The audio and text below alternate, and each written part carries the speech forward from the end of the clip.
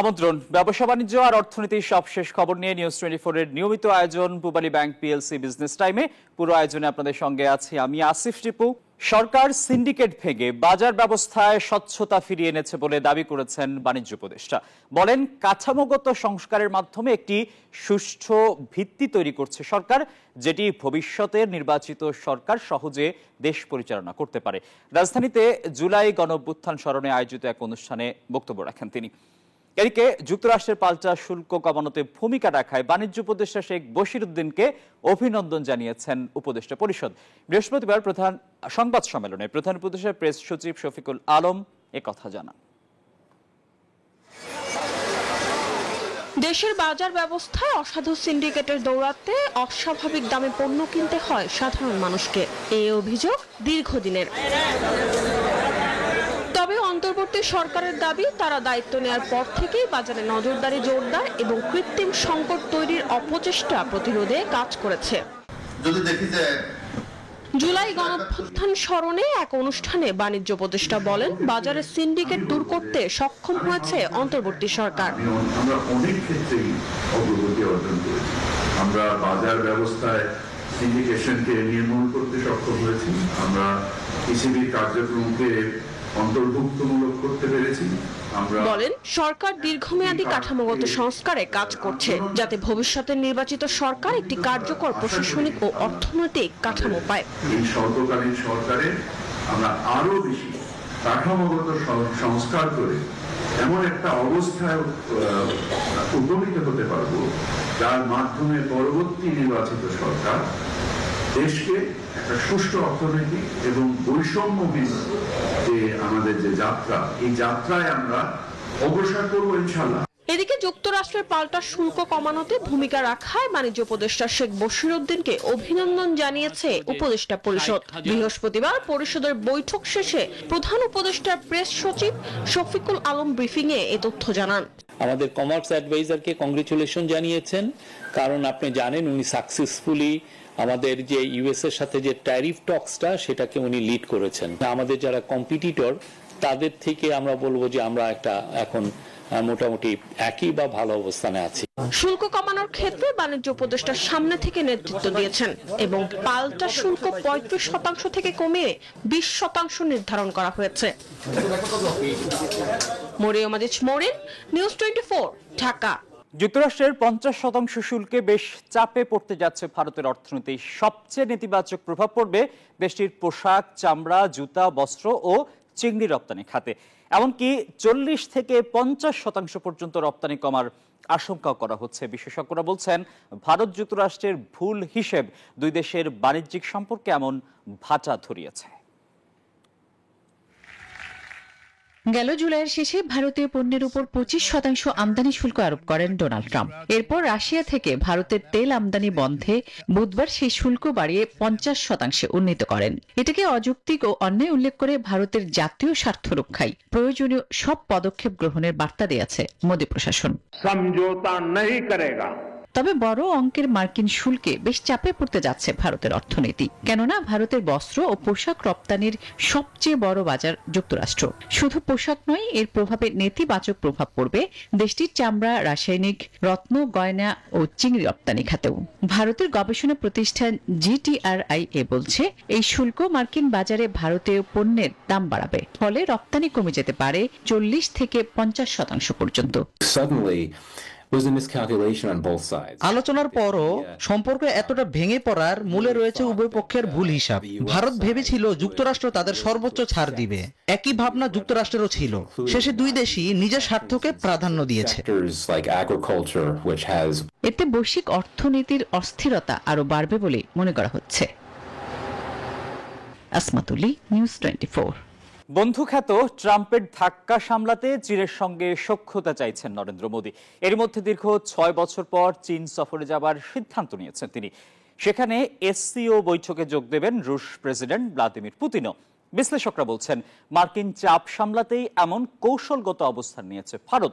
এমন আবহেই ভারতের দুশ্চিন্তা বাড়িয়ে ফের যুক্তরাষ্ট্র সফরে যাচ্ছেন পাকিস্তানের সেনাপ্রধান।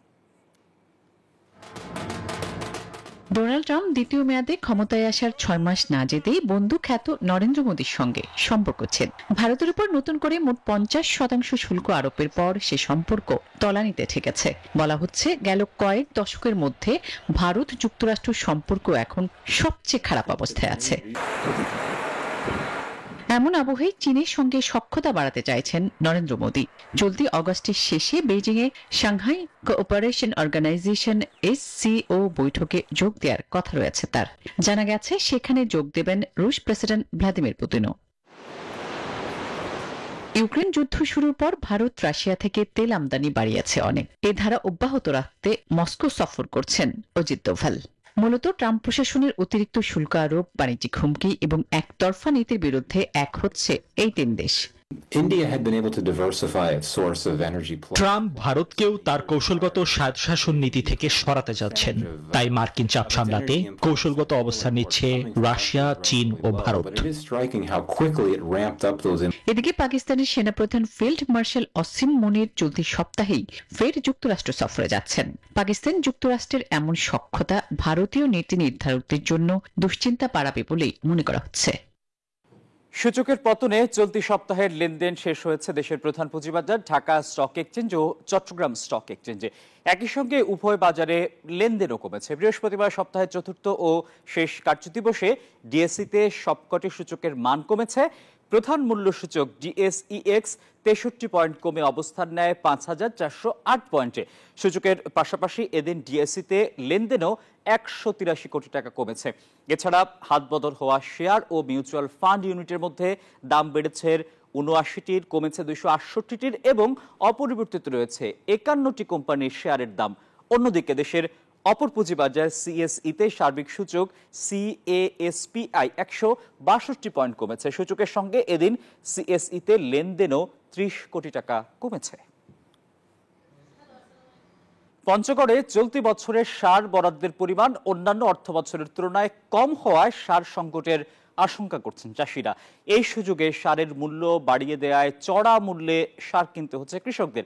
এ বিষয়ে জেলার তেঁতুলিয়া উপজেলার বেশ কিছু চাষি সংশ্লিষ্ট দপ্তরে নতুন করে সার বিভাজনের দাবি জানিয়ে লিখিত আবেদন করেছেন। সরকার হায়দারের তথ্য এবং ছবিতে ডেস্ক রিপোর্ট। পঞ্চগড় জেলায় 2025-26 অর্থ বছরে বিগত বছরের তুলনায় অতিরিক্ত 1000 মেট্রিক টন সার বরাদ্দ দেয় মন্ত্রণালয়। এই বরাদ্দের ভিত্তিতে 5 উপজেলায় সার বিভাজন করা হয়।